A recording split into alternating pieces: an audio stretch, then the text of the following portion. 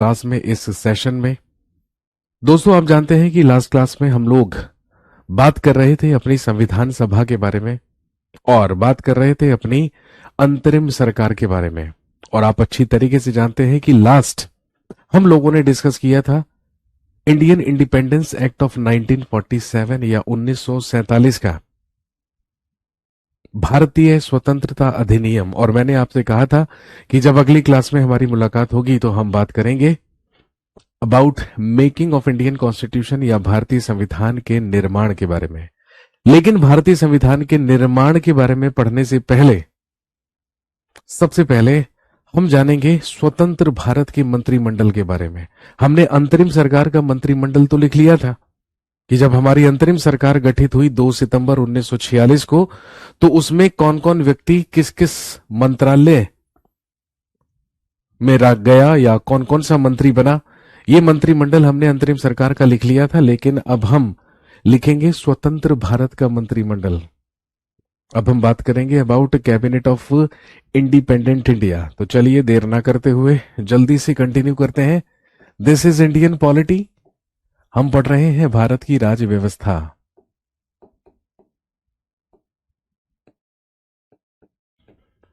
Indian polity या भारतीय राज व्यवस्था।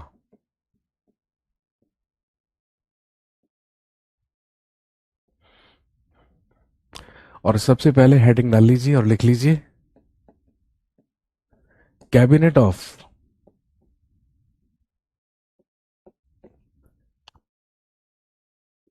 इंडिपेंडेंट इंडिया,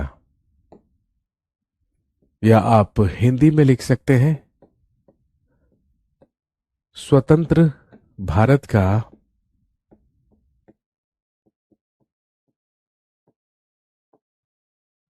मंत्रिमंडल।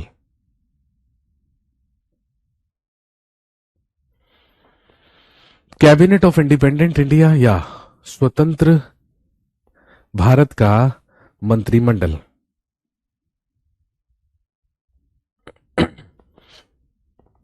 जो कि 1947 में, जो कि 1947 में भारत की स्वतंत्रता के बाद जो मंत्रिमंडल बना, हम उसके बारे में यहां पर डिस्कस कर रहे हैं, उसके बारे में चर्चा कर रहे हैं। सबसे पहले लिखेंगे प्राइम मिनिस्टर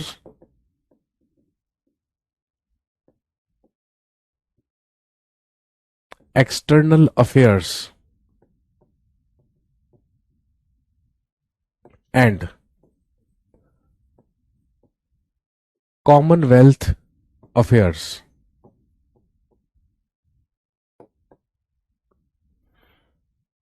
हिंदी में लिखेंगे प्रधानमंत्री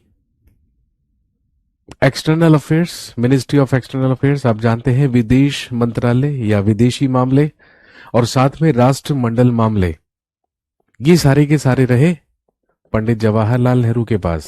और आप जानते हैं हमारे देश के स्वतंत्र भारत के सबसे पहले प्रधानमंत्री ही तो कौन बने थे? पंडित जवाहरलाल नेहरू।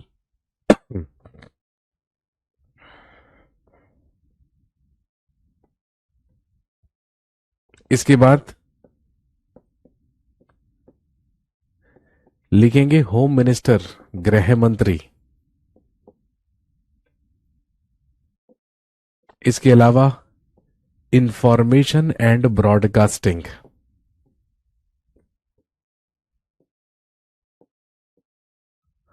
और इसके अलावा स्टेट अफेयर्स यानी कि राज्यों के मामले। तो भारत के सबसे पहले गृह मंत्री बने सरदार वल्लभ भाई पटेल।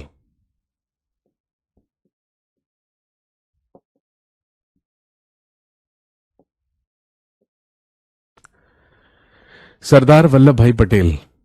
और ये तो आप अच्छी तरीके से जानते होंगे कि भारत के सबसे पहले डेप्यूटी प्राइम मिनिस्टर, सबसे पहले उप प्रधानमंत्री भी सरदार वल्लभ भाई पटेल ही बनाए गए थे। इन्हीं को भारत का सबसे पहला उप प्रधानमंत्री या डेप्यूटी प्राइम मिनिस्टर भी बनाया गया।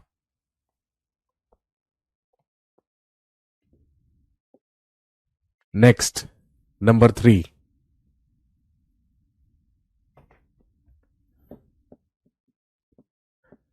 Food and agriculture. अब आप सोच रहे होंगे कि यार ये तो अंतरिम सरकार में भी यही थे। भाई हमने अंतरिम सरकार में भी विदेशी मामले और राष्ट्रमंडल मामले पंडित जवाहरलाल नेहरू को ही लिखे थे। गृह मंत्री, सूचना एवं प्रसारण मंत्री भी सरदार वल्लभ भाई पटेल थे। अगला लिखेंगे फूड एंड एग्रीकल्चर, या जिसको आप हिंदी में लिख सकते हैं खाद्य एवं कृषि मंत्री। अंतरिम सरकार में भी डॉक्टर राजेंद्र प्रसाद थे। स्वतंत्र भारत में भी कौन बनाए गए? Doctor Rajendra Prasad.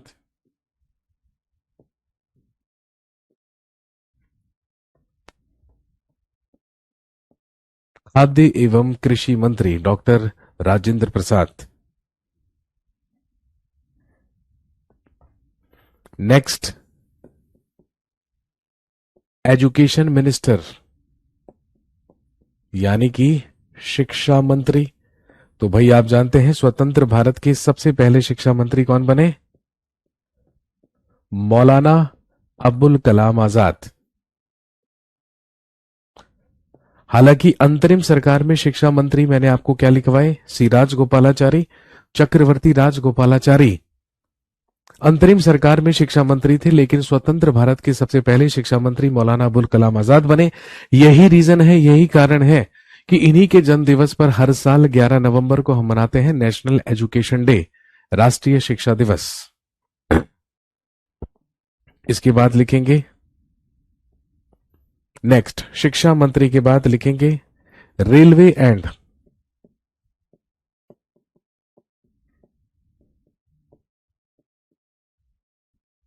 Transport.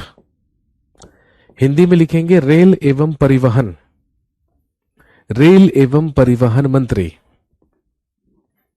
Railway and transport minister ये बनाए गए जॉन मथाई। वही जॉन मथाई जो कि अंतरिम सरकार में उद्योग मंत्री या इंडस्ट्री मिनिस्टर हुआ करते थे।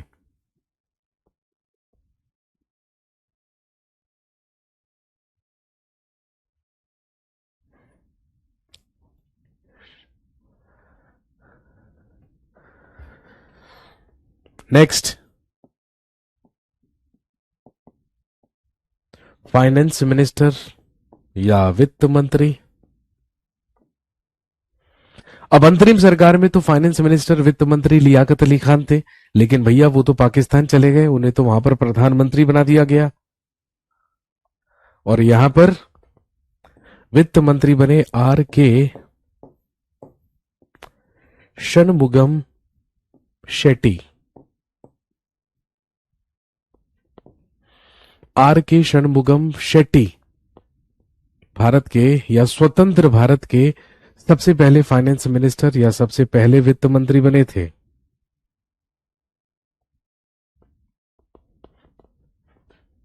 नेक्स्ट,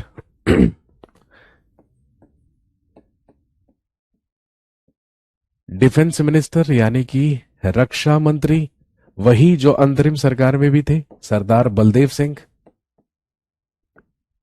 भाई रक्षा तो वही करेगा ना जिसके पास बल होगा,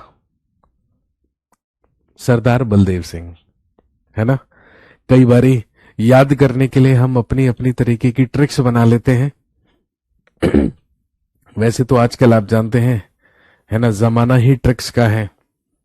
आजकल स्टूडेंट्स क्या चाहते हैं कि टीचर आए, है ना, ट्रिक बताए या कोई वाहियात डबल मीनिंग सी ट्रिक बताए ताकि हमें एकदम से याद हो जाए, है ना। लेकिन नॉर्मली क्या होता है कि जब हम स्टूडेंट होते हैं, जब हम तैयारी कर रहे होते हैं, पढ़ाई कर रहे होते हैं, है ना, तो हम खुद पढ़ते पढ़ते कुछ ट्रिक्स बना लेते हैं। मैंने भी बनाई थी अपने टाइम पर, है ना। जब ये अंतरिम सरकार का मंत्रिमंडल याद करना होता था, है ना, तो कैसे याद होता था कि रक्षा मंत्री, तो रक्षा तो वही करेगा जिसके पास बल होगा, बलदेव सिंह, है ना। स्वास्थ्य मंत्री, स्वास्थ्य कैसा? हाथी जैसा। हाथी का मतलब है गज, गजनफर अली खान। ऐसे याद कर लिया करते थे, है ना। श्रम मंत्री यानी कि लेबर मिनिस्टर, लेबर वही होता है जो सारा जीवन मेहनत करता है, जगजीवन राम।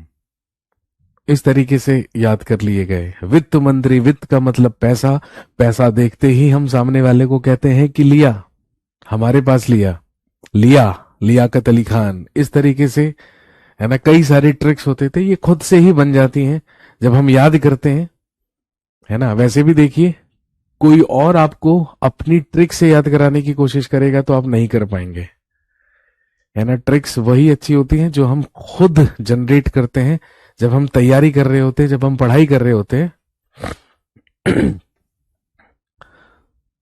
तो ट्रिक्स खुद से बनाएं, अपनी ट्रिक्स बनाएं, अपनी ट्रिक्स याद रहेंगी हमेशा। कोई और आकर ट्रिक से आपको याद कराने लगेगा तो भाई वो उसकी ट्रिक है ना, उस ट्रिक का सॉल्यूशन वो जानता है, आपको तो वो भी रटना ही पड़ेगा, है ना। ट्रिक रटने से बेटर है कि सीधा कंटेंट ही रट लीजिए, वो ज्यादा अच्छी बात है। एक्चुअली क्या होता है ना कि कई बार रिपीटेडली जब आप इसको पढ़ेंगे, है ना, तो आपको अपने आप चीजें याद होने लगेंगी, क्वेश्चंस करने लगेंगे, तो चीजें और भी ज्यादा अच्छी हो जाएंगी, और भी ज्यादा बेहतर हो जाएंगी, है ना। तो मैं ट्रिक्स से रटवाने में, ट्रिक्स बताने में बिल्कुल बिलीव नहीं करता हूं, क्योंकि मुझे ऐसा लगता है, ठीक है, कि आप पहली और आखिरी बार पढ़ रहे हैं, पहली और आखिरी बार तैयारी कर रहे हैं, और अगर आप पहली और आखिरी बार तैयारी कर रहे हैं तो ढंग से कर लीजिए, ट्रिक्स तो बनती रहेंगी।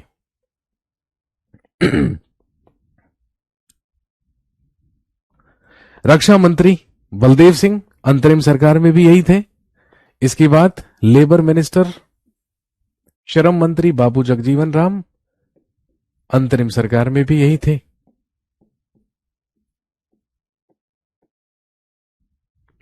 अब आपसे कोई भी मंत्रिमंडल पूछ ले, चाहे अंतरिम सरकार का पूछ ले, चाहे स्वतंत्र भारत का पूछ ले, आप, है ना, आसानी से आंसर कर लेंगे।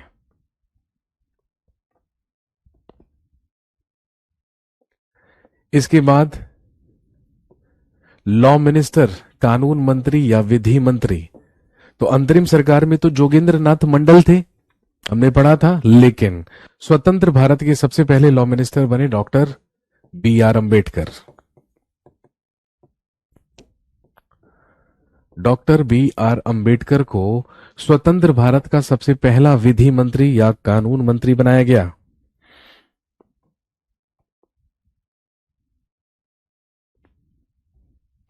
नेक्स्ट, हेल्थ मिनिस्टर, स्वास्थ्य मंत्री, तो अंतरिम सरकार में तो स्वास्थ्य मंत्री गजनफर अली खान थे, हमने यही पढ़ा था, लेकिन यहां पर स्वतंत्र भारत में स्वास्थ्य मंत्री बनाई गई राजकुमारी अमृत कौर।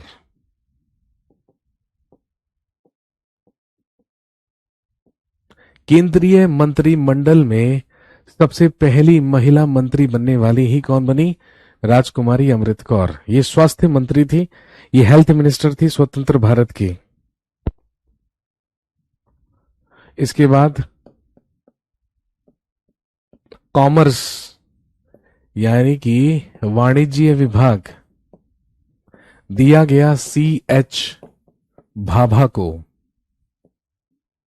शायद मैंने अंतरिम सरकार के मंत्रिमंडल में एच सी भाभा लिखवा दिया था, शायद आपको, मुझे ध्यान नहीं आ रहा, that is C H Bhabha, ठीक है। माइंस एंड पोर्ट्स मिनिस्टर हुआ करते थे अंतरिम सरकार में, लेकिन यहां पर इन्हें कॉमर्स, वाणिज्य मंत्रालय दिया गया। इसके बाद कम्युनिकेशन, संचार,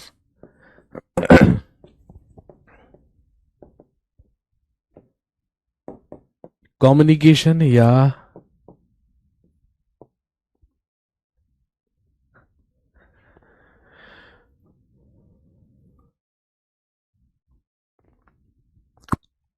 कम्युनिकेशन या संचार मंत्री बनाए गए रफी अहमद किदवई।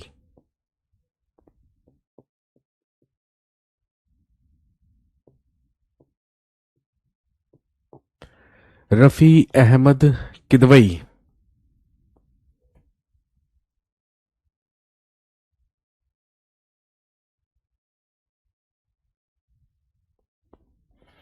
इसके बाद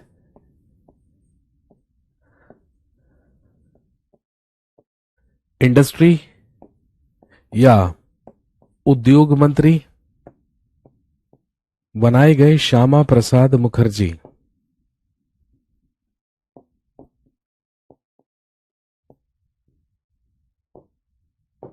Shyama Prasad Mukherjee.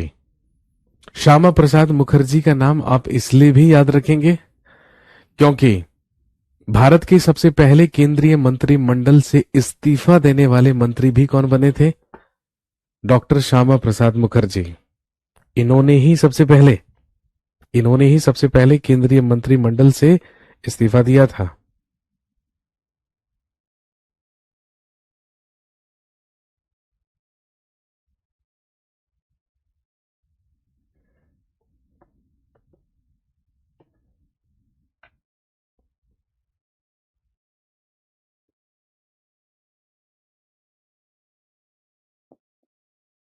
Next, work, mines and energy. Hindi में लिखेंगे कार्य, खान एवं ऊर्जा। कार्य, खान एवं ऊर्जा। बनाए गए वीएन गाडगिल। दोस्तों, ये वो कैबिनेट था, ये वो मंत्रिमंडल था जो कि स्वतंत्र भारत का सबसे पहला कैबिनेट कहलाता है, सबसे पहला मंत्रिमंडल कहलाता है।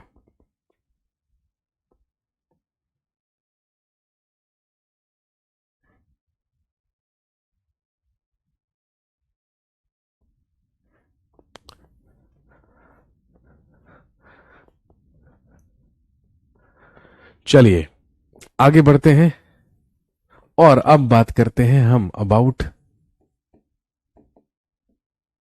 Making of Indian constitution.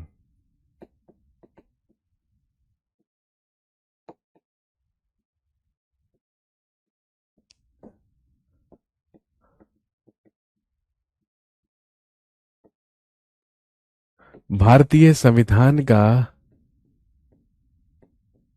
निर्माण।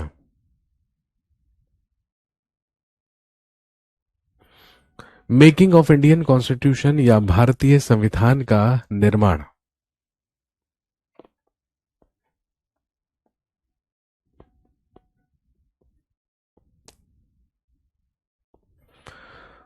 उन्नीस इंडियन इंडिपेंडेंस एक्ट के तहत भारत को स्वतंत्रता मिली, भारत आजाद हो गया। स्वतंत्र भारत का मंत्रिमंडल भी बनकर तैयार हो गया। संविधान सभा की अगली बैठक, भाई भारत को स्वतंत्रता तो मिल गई थी, लेकिन आप अच्छी तरीके से जानते हैं कि अभी हमारे पास एक बहुत बड़ा काम बाकी था संविधान के निर्माण का, क्योंकि हमारी संविधान सभा का गठन ही किस लिए हुआ था, उसका उद्देश्य ही क्या था? हमारे संविधान का निर्माण करके उसे अंगीकृत करना और फिर उसे लागू कर देना। एक बड़ा काम अभी भी हमारे पास रहता था। संविधान सभा की बैठक बुलाई गई 29 अगस्त 1947 को। और दोस्तों ध्यान रखेंगे, भारत के संविधान का प्रारूप तैयार करने के लिए या ड्राफ्ट तैयार करने के लिए इसी दिन 29 अगस्त 1947 को ही बनाई गई हमारे कॉन्स्टिट्यूशन की ड्राफ्टिंग कमेटी, या जिसे आप कहते हैं प्रारूप समिति। हमारी संविधान सभा के द्वारा ड्राफ्टिंग कमेटी या प्रारूप समिति का गठन 29 अगस्त 1947 को किया गया और इस प्रारूप समिति में कुल 7 मेंबर्स या कुल 7 सदस्यों को नियुक्त किया गया। अब लेकिन संविधान का ड्राफ्ट तैयार करने के लिए किसे चुना जाए, किसे नियुक्त किया जाए, इस ड्राफ्टिंग कमेटी का हेड किसे बनाया जाए? तो आप अच्छी तरीके से जानते हैं कि हमारी पूरी की पूरी संविधान सभा में सबसे ज्यादा शिक्षित, सबसे ज्यादा कानून की जानकारी रखने वाले और सबसे ज्यादा होनहार व्यक्ति थे डॉक्टर बी आर अम्बेडकर। वो भारत के सबसे पहले विधि मंत्री भी थे, लॉ मिनिस्टर भी थे, और आप जानते हैं कि उस समय वो सबसे ज्यादा पढ़े लिखे और सबसे ज्यादा विद्वान भी थे। इसीलिए हमारी संविधान सभा के द्वारा यह तय किया गया कि हमारे कॉन्स्टिट्यूशन का ड्राफ्ट तैयार करने की जो ड्राफ्टिंग कमेटी है, इसके चेयरमैन, इसके अध्यक्ष डॉक्टर बी आर अम्बेडकर होंगे। और डॉक्टर बी आर अम्बेडकर को ही हमारी संविधान सभा की ड्राफ्टिंग कमेटी या प्रारूप समिति का अध्यक्ष बनाया गया। ठीक है। इसके अलावा इसमें अन्य 6 सदस्य भी नियुक्त किए गए।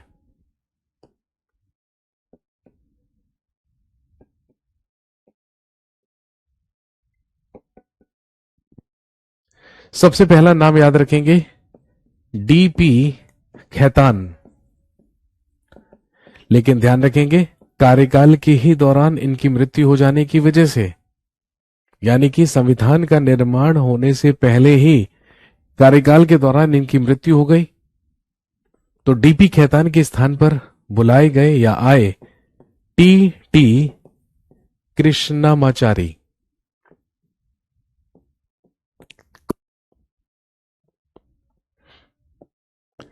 इसके बाद बी एल मित्तर, इन्होंने कार्यकाल के ही दौरान त्यागपत्र दे दिया, रिजाइन दे दिया। इनके स्थान पर आए माधवराव।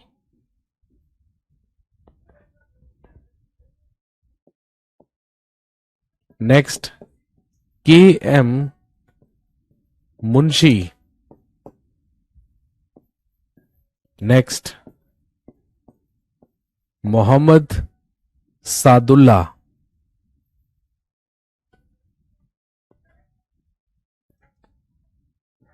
Number 5 Gopalaswami Ayyangar. और नंबर 6 अल्लादी कृष्ण स्वामी अय्यर। ये सारे के सारे वो सदस्य थे, वो मेंबर्स थे जो कि ड्राफ्टिंग कमेटी के मेंबर्स कहलाते हैं, जो कि प्रारूप समिति के सदस्य कहलाते हैं। इसी समिति के द्वारा हमारे संविधान का ड्राफ्ट, हमारे संविधान का प्रारूप तैयार किया गया था।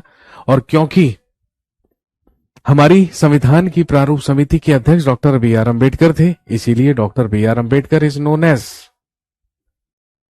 Father of Indian constitution. भारतीय संविधान का जनक ही किसे कहा जाता है? डॉक्टर बी आर अम्बेडकर को।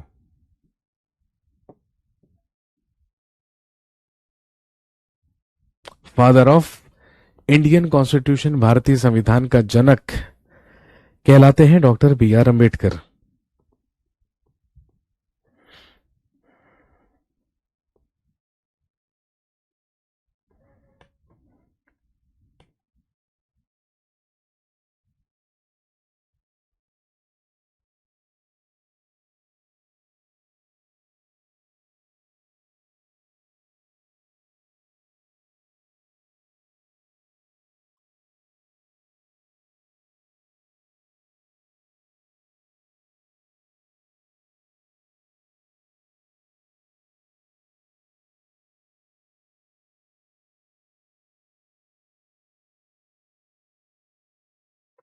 और आप अच्छी तरीके से जानते हैं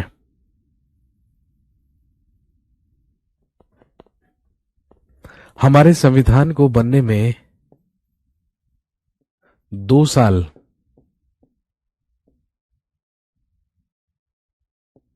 11 महीने, हमारे कॉन्स्टिट्यूशन को बनने में कुल कितना समय लगा? 2 साल 11 महीने और 18 दिन। 2 years 11 months and 18 days।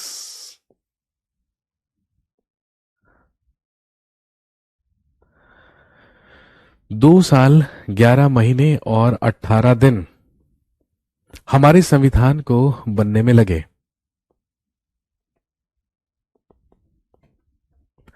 जो ड्राफ्टिंग कमेटी हमारी बनाई गई थी, उस ड्राफ्टिंग कमेटी का सबसे पहला सेशन या सबसे पहली बैठक ही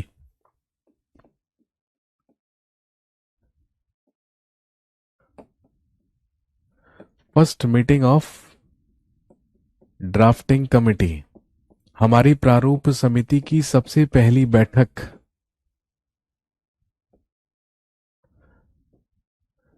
30 अगस्त 1947 को हुई।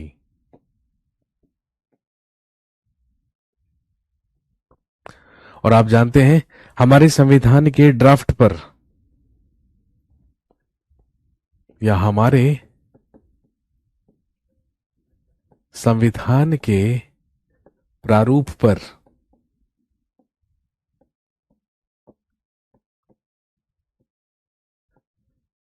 114 दिन चर्चा की गई।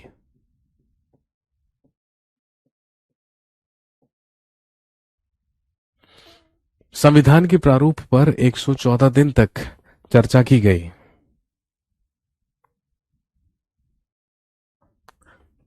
और ध्यान रखेंगे, इसी के दौरान ड्राफ्ट पर 3 रीडिंग्स हुई, या संविधान के प्रारूप पर 3 वाचन हुए। संविधान के प्रारूप पर 3 वाचन हुए या 3 रीडिंग्स हुई, जो कि हमारी संविधान के ड्राफ्ट पर की गई।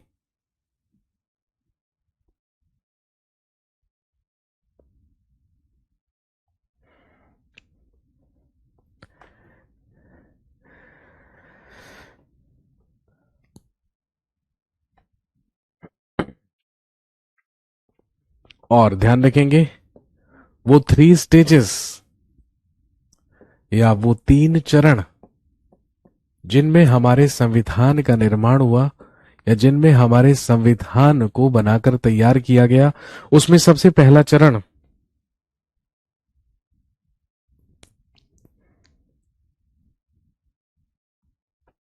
उसमें से फर्स्ट स्टेज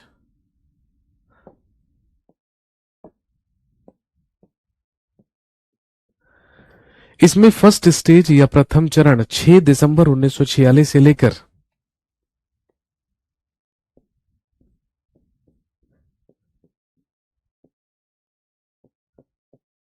14 अगस्त 1947 तक चली।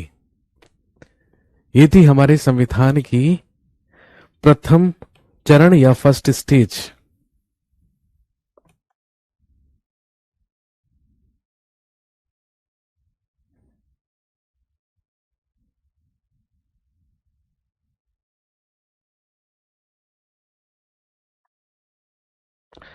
इसके बाद सेकंड स्टेज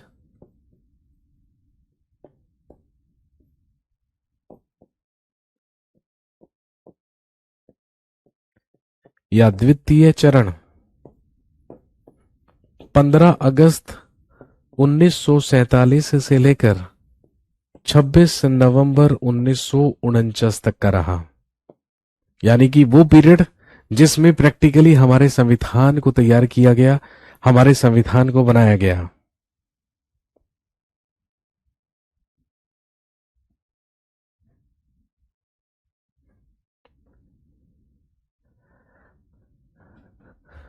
और इसके बाद थर्ड स्टेज या तृतीय चरण, थर्ड स्टेज या तृतीय चरण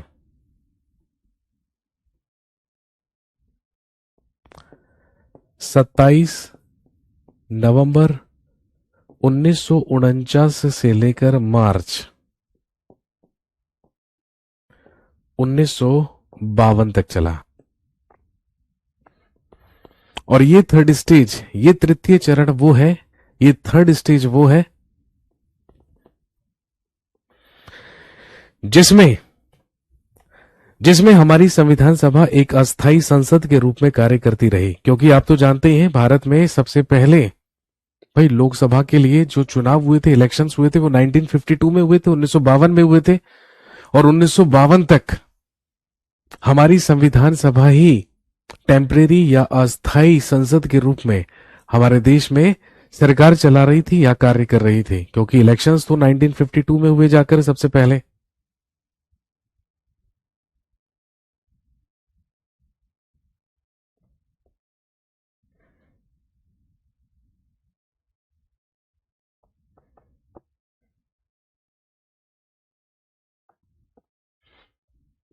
इसके अलावा ध्यान रखेंगे, more than 70% of Indian constitution has been taken from the government of India act 1935। हमारा 70% से भी अधिक संविधान 1935 के भारत शासन अधिनियम से लिया गया, क्योंकि आप जानते हैं कि 1935 का भारत शासन अधिनियम ही हमारे संविधान का सबसे मुख्य स्रोत है, सबसे मेन सोर्स है। तो लगभग 70% संविधान 1935 के भारत शासन अधिनियम से लिया गया। शेष संविधान को बनाने के लिए 60 से ज्यादा देशों के संविधानों को पढ़ा गया, जांचा परखा गया, और जिन जिन देशों के संविधानों में हमें जो जो प्रोविजंस अच्छे लगे, जो जो प्रावधान अच्छे लगे, वही प्रोविजंस हमने अपने कॉन्स्टिट्यूशन में अडॉप्ट किए, जो कहलाए foreign sources of Indian constitution या भारतीय संविधान के विदेशी स्रोत। और फाइनली आप जानते हैं कि हमारे संविधान सभा के द्वारा हमारे संविधान को लीगली अडॉप्ट कर लिया गया 26 नवंबर 1949 को।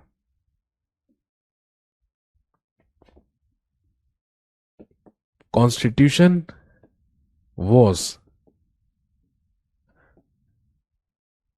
Legally adopted. संविधान को वैधानिक रूप से अंगीकृत कर लिया गया हमारी संविधान सभा के द्वारा, और यही रीजन है हर साल 26 नवंबर को ही हम मनाते हैं कॉन्स्टिट्यूशन डे या संविधान दिवस।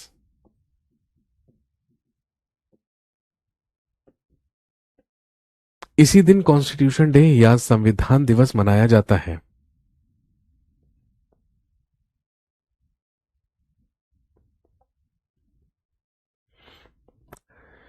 लेकिन जैसा कि मैंने आपको बताया, हमारे संविधान को लागू 26 नवंबर 1949 से नहीं किया गया। हालांकि ऐसा भी नहीं है, ध्यान रखेंगे, हमारे कॉन्स्टिट्यूशन के कुल 15 आर्टिकल्स, 15 अनुच्छेदों को तो 26 नवंबर 1949 से ही लागू कर दिया गया था, जो कि निर्वाचन और नागरिकता से संबंधित अनुच्छेद थे। लेकिन शेष संविधान को आप जानते हैं हमने 26 जनवरी 1950 को लागू किया। इसी दिन हमारा संविधान लागू हुआ।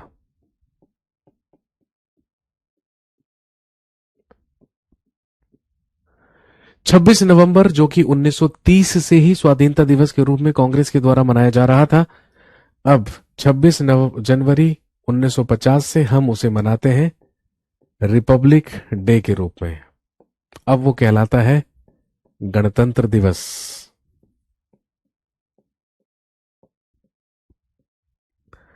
अब वो कहलाता है रिपब्लिक डे या अब वो कहलाता है गणतंत्र दिवस। 26 जनवरी 1950 को हम गणतंत्र दिवस के रूप में मनाते हैं।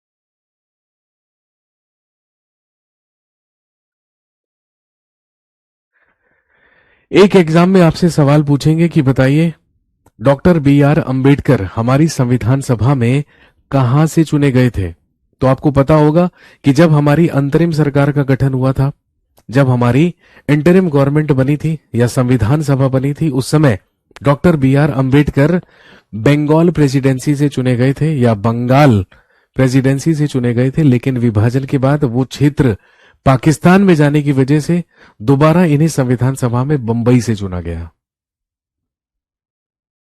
तो ज्यादातर हम लोग याद करके जाते हैं कि ये बंगाल से चुने गए, लेकिन कई बार ऐसा होता है कि ऑप्शन में हमें बंगाल मिलेगा ही नहीं, बंबई मिलेगा। तो अगर बंबई मिलता है, बंगाल नहीं मिलता है, तो बंबई आप आंसर कर सकते हैं, दोनों एक साथ नहीं मिलेंगे। या फिर आपसे स्पष्ट रूप से पूछा जाएगा कि स्वतंत्रता के बाद डॉक्टर बी आर अम्बेडकर संविधान सभा में कहां से चुने गए? बंबई से। और स्वतंत्रता से पहले वो बंगाल प्रेसिडेंसी से चुने गए थे। फाइनली हमारा संविधान लागू कर दिया गया 26 जनवरी 1950 को। और आप जानते हैं कि जो हमारा बेसिक कॉन्स्टिट्यूशन था, जो हमारा मूल संविधान था, हमारा बेसिक कॉन्स्टिट्यूशन या हमारा मूल संविधान, जिसे 26 जनवरी 1950 को लागू किया गया था, वो मिलकर बना था। उसमें क्या क्या था? सबसे पहले प्रियम्बल, संविधान की प्रस्तावना या उद्देशिका।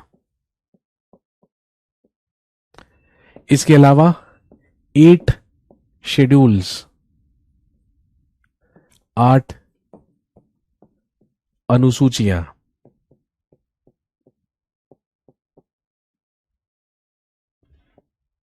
22 पार्ट्स, यानी कि 22 भाग, और कुल 395 आर्टिकल्स, 395 अनुच्छेद।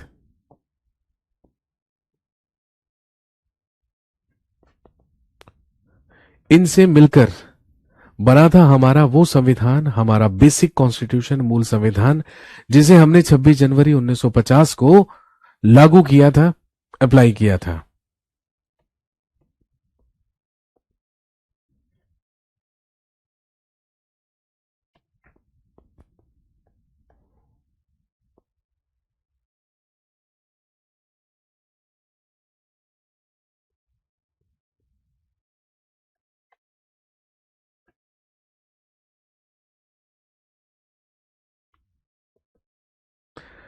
और आप अच्छी तरीके से जानते हैं, कई बारी, है ना, कई बारी आपसे एग्जाम में यह भी पूछ लिया जाएगा कि बताइए हमारे संविधान को अपने हाथों से किसके द्वारा लिखा गया था, या इसको हस्तलिखित किसके द्वारा किया गया था?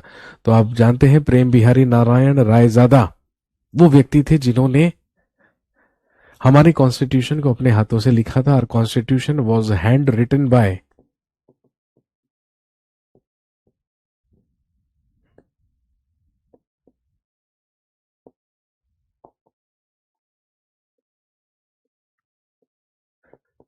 प्रेम बिहारी नारायण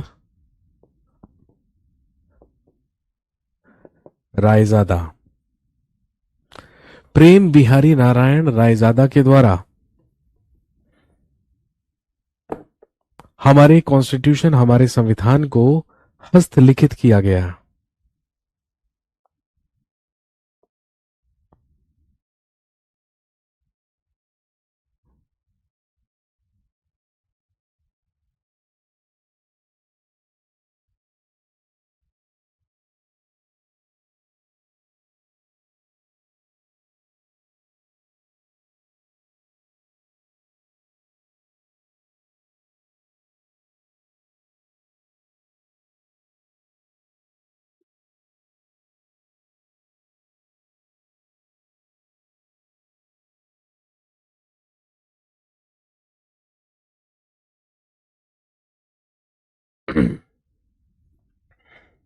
इसके अलावा ध्यान रखेंगे, हमारी संविधान सभा के द्वारा और भी कई कमिटीज और भी कई समितियों का गठन किया गया।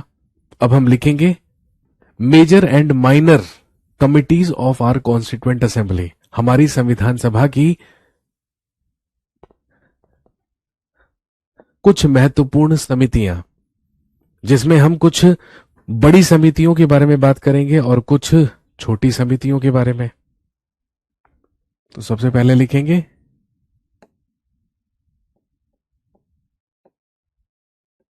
मेजर कमिटीज या संविधान सभा की बड़ी समितियां।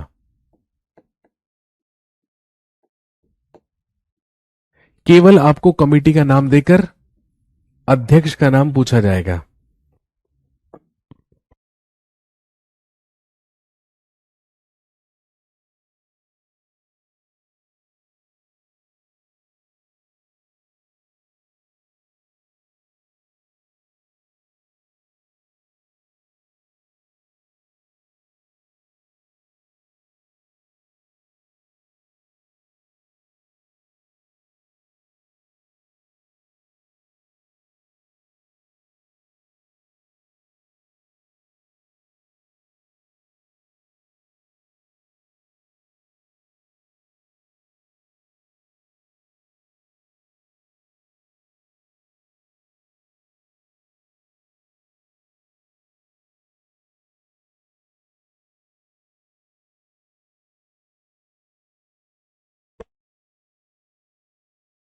हाँ जी, अब हम बात करेंगे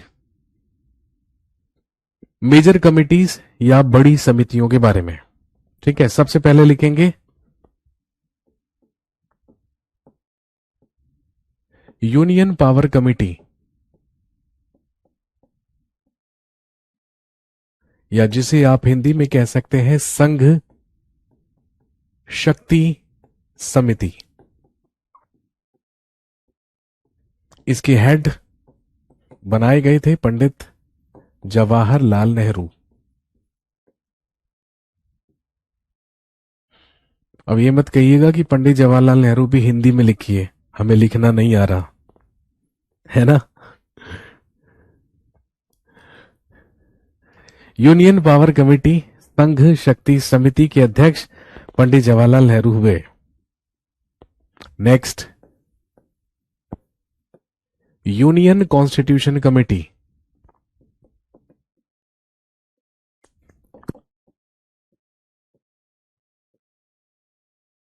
यानी कि संघ संविधान समिति।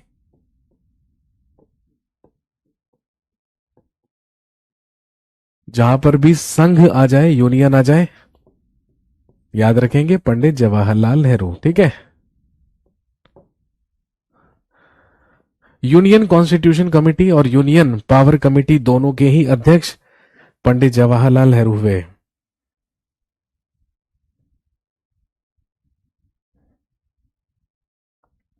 इसके बाद प्रोविंशियल कमेटी, यानी कि प्रांतीय समिति।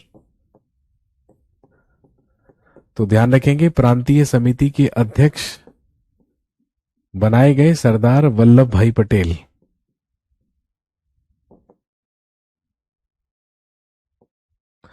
सरदार वल्लभ भाई पटेल प्रोविंशियल कमेटी या प्रांतीय समिति के अध्यक्ष बनाए गए।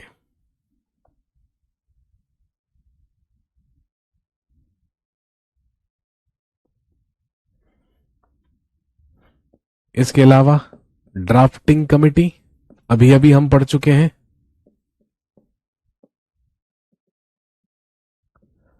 या प्रारूप समिति के अध्यक्ष डॉक्टर बी.आर. अंबेडकर को बनाया गया।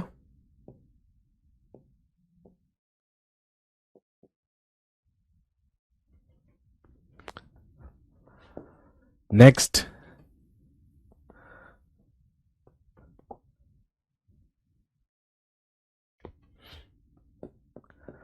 अगला लिखेंगे fundamental rights and advisory committee for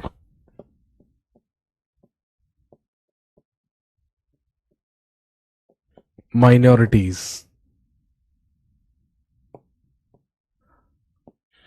Hindi में लिखेंगे मौलिक अधिकार, हिंदी में लिखिए मौलिक अधिकार एवं अल्पसंख्यकों की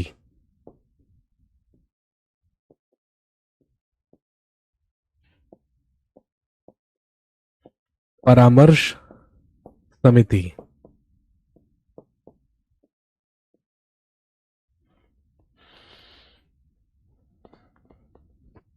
fundamental rights and advisory committee for minorities, इसके भी हेड बनाए गए सरदार वल्लभ भाई पटेल।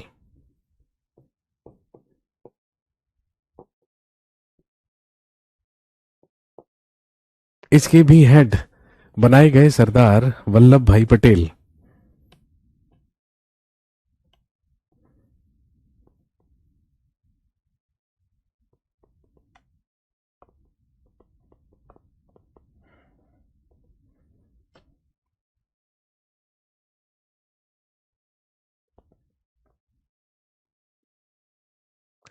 और ध्यान रखेंगे इसी की दो सब कमिटीज भी थी।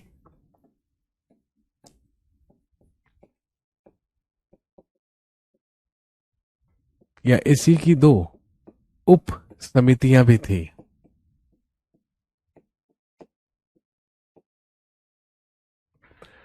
सबसे पहले मौलिक अधिकारों की उपसमिति, और दूसरा अल्पसंख्यकों की उपसमिति। मौलिक अधिकारों की उपसमिति के हेड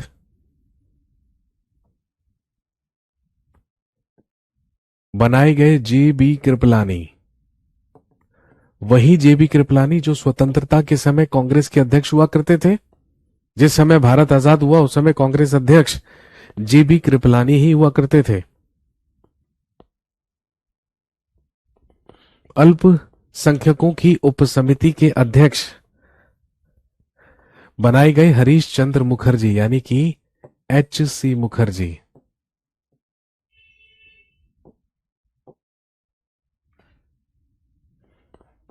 हरीश चंद्र मुखर्जी या H.C. Mukherjee.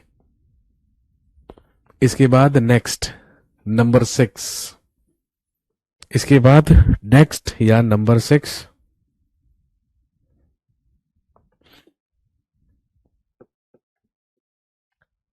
Rules of procedures committee या प्रक्रिया के नियम समिति। रूल्स ऑफ प्रोसीजर्स कमिटी या प्रक्रिया के नियम समिति, इसके हेड बनाए गए डॉक्टर राजेंद्र प्रसाद। इसके हेड बनाए गए डॉक्टर राजेंद्र प्रसाद।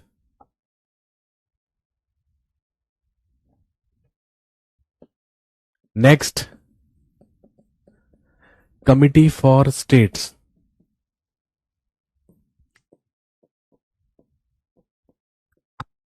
राज्यों के लिए समिति।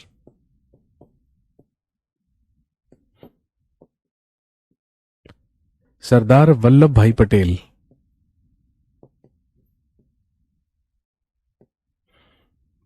सरदार वल्लभ भाई पटेल राज्यों के लिए समिति।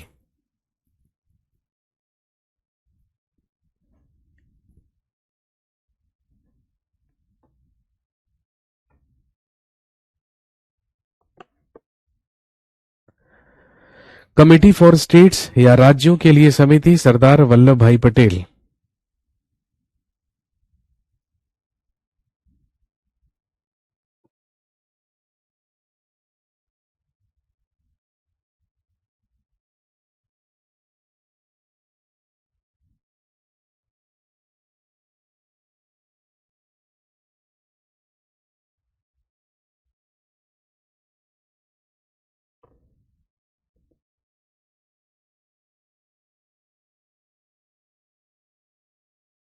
एक याद रखेंगे, स्टीयरिंग कमेटी